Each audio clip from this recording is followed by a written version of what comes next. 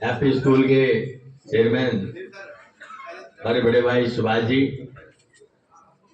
Madam Kaushalya ji, members of the staff and honorable principal sir, municipal committee के chairman भाई रमेश जी, municipal committee के सभी सम्मानित पार्षद, यहाँ पर उपस्थित शहर के सभी वरिष्ठ नेतागण, सभी संबंधित मेरे स्टाफ से संबंधित सभी साहिबान जो स्कूल प्रांगण में काम कर रहे हैं, और सरगुण शहर के प्रबुद्ध जितने भी सदस्य नागरिकगण, पूर्व म्यूनिसिपल कमेटी के चेयरमैन भाई विजेंद्र जी, हमारे युवा साथी भाई नवीन जी, और सभी आस पड़ोस से आए हुए सम्मानित साथियों, हमारे रमेश जी के स्टाफ से भी मेरे ख्याल से कुछ टीचर्स वगैरह आए हैं, तो रमेश चेयरमैन साहब के स्टाफ के सभी सम्मानित सदस्यगण और उपस्थित नौजवान भाइयों, प्यारे दोस्तों, सबसे पहले तो मैं धन्यवाद करता हूं आप सबका, जो आज आपने छुट्टी के दिवस पर सबने एकत्रित होकर के और यहाँ मुझे बुला करके अपना साथ सहयोग और सम्मान देने का आपने काम किया। मैं उसके लिए कोटि कोटि आपका धन्यवाद करता हूँ। और मुझे पता है कि एक टीचर की वर्थ क्या है, इसलिए पुरानी कहावत है कि mother gives birth and teacher gives worth. जब तक कोई सही गाइड करने वाला व्यक्ति नहीं होता, तब तक कोई बच्चा अपने जीवन के अंदर सफल नहीं हो पाता। माँ बाप के जन्म के बाद सिर्फ टीचर ही है जिसके ऊपर उसका प्रभाव रहता है, और ऐसे लाखों एग्जाम्पल हैं जिनके माँ बाप अनपढ़ होते हैं, टीचर की अच्छी शिक्षा और उसकी सही दिशा, उसकी वजह से उन्होंने इतिहास बनाया। उदाहरण आपके सामने एक नहीं अनेक है। सबसे पहला उदाहरण है एपीजे अब्दुल कलाम का। वो व्यक्ति एक गरीब घर से संबंध रखते थे, उनके माता पिता के पास कोई रोजगार नहीं था, स्ट्रीट लाइट में पढ़ करके उन्होंने अपनी पढ़ाई की। उनकी आर्थिक स्थिति इस तरह की, लेकिन उनके मन में संकल्प था, एक टीचर का उनके ऊपर आशीर्वाद।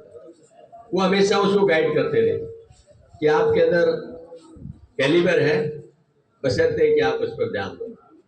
और कहा जाता है नेपोलियन के, आप मेरे ख्याल से आप में से कुछ लोग हिस्ट्री के स्टूडेंट रहे होंगे, नेपोलियन बोनापार्ट एक ऐसा व्यक्ति था जिसने दुनिया को कॉन्कर किया। कद में 4 फुट 11 इंच, लेकिन विजय श्री प्राप्त करने में दुनिया को साथ में जीता। उसकी अपनी कहावत है, nothing is impossible provided you make sincere efforts, impossible word is found in the dictionary of fools. और वो आप कर सकते हैं। किसी भी बच्चे की प्रतिभा को पहचानने में आपके पास वो जगह है, क्योंकि आप स्कैन कर सकते हैं बच्चे के कैलिबर को।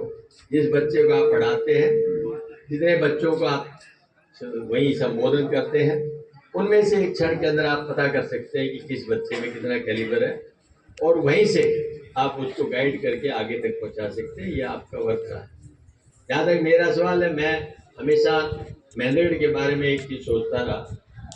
मैं जयपुर में पढ़ा, चंडीगढ़ में पढ़ा, और जब वहाँ से आता था तो यहाँ के हालात देख के कि जिले का नाम मेहंदीगढ़ हेडक्वार्टर है नारनौल।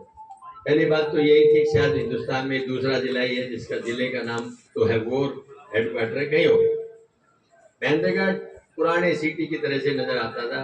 बेसिक कम्युनिटीज फैसिलिटीज कुछ नजर नहीं आते थे, इंफ्रास्ट्रक्चर भी बहुत पुअर। अगर हम फ्लाईओवर नहीं बनाते तो मैं समझता हूँ हमारा नारनौल से लेकर दादरी तक कभी कंजेशन खत्म नहीं होता, और हम यही आपके फाटक के ऊपर खड़े रहते। इसी तरह से इतना बड़ा शहर है, इतना पुराना शहर है, 100 गज जमीन भी आपके पास नहीं थी जहाँ पर आप सार्वजनिक रूप से घूमने की कोई चीज तैयार कर लेते। और इसी तरह से एजुकेशन का है। एजुकेशन के अंदर भी आपके पास, अब ये स्कूल आए तकरीबन 20 साल से, 20-22 साल समझ लीजिए। उससे पहले शिक्षा के बारे में भी कोई बहुत ज्यादा ध्यान नहीं। और मैं ये अच्छी तरह समझता हूँ कि जब तक व्यक्ति शिक्षित नहीं होता तब तक वो तरक्की नहीं कर सकता। आप किसी को डॉक्टर बनाते हैं तो पूछने की जरूरत नहीं है कि इलाज क्या करना। इंजीनियर बनाते हैं तो ये पूछने की जरूरत नहीं है कैंटिलीवर कौन सा वेट बियरिंग है। और वकील बनाते थे, पूछने की जरूरत नहीं है कि वकील को आर्गुमेंट कौन सा करना है। ये सब आपकी दी हुई देन है एक टीचर की, और उस वर्थ को पहचानते हुए आपने एक एक चीज दी। आज सेंट्रल यूनिवर्सिटी धीरे धीरे करके अपने यौवन की तरफ बढ़ गई। इसका जो स्वरूप है, जो हम चाहते थे वैसे अभी तक भी नहीं चल पाया है। क्यों? क्योंकि इसके अंदर एक स्कूल, सेंट्रल स्कूल और एक मेडिकल कॉलेज ये इंक्लूडेड था और आज भी है, लेकिन अभी तक वो स्थापित नहीं हो पाया। अभी तक 73 फैकल्टीज चालू हुई है, मोर देन 200 फैकल्टीज का प्रोविजन उसके अंदर है।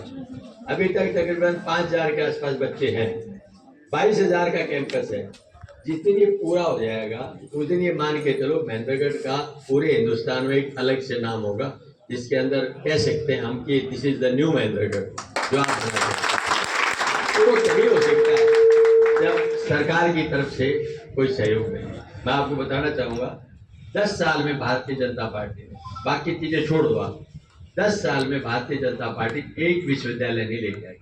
हमने अपने 10 साल के अंदर सेंट्रल यूनिवर्सिटी दी, डिफेंस यूनिवर्सिटी बिनोला में दी, और इंदिरा गांधी यूनिवर्सिटी आपके रेवाड़ी के अंदर है, और एक रीजनल सेंटर महिला विश्वविद्यालय आपके सोनीपत वाला है, उसका मैंने वहाँ पर श्यामपुर का दरगाह लूलाहिर बोलते हैं, वैसे लूलाहिर के अंदर दिया है, जो अल्टीमेटली यूनिवर्सिटी का रूप ले लेगा।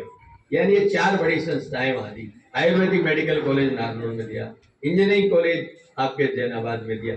ये सारी संस्थाएं उस टाइम की हैं जब कांग्रेस का राज था। IIM भी एक आया, वो रोहतक के अंदर आया, लेकिन हरियाणा के अंदर आया।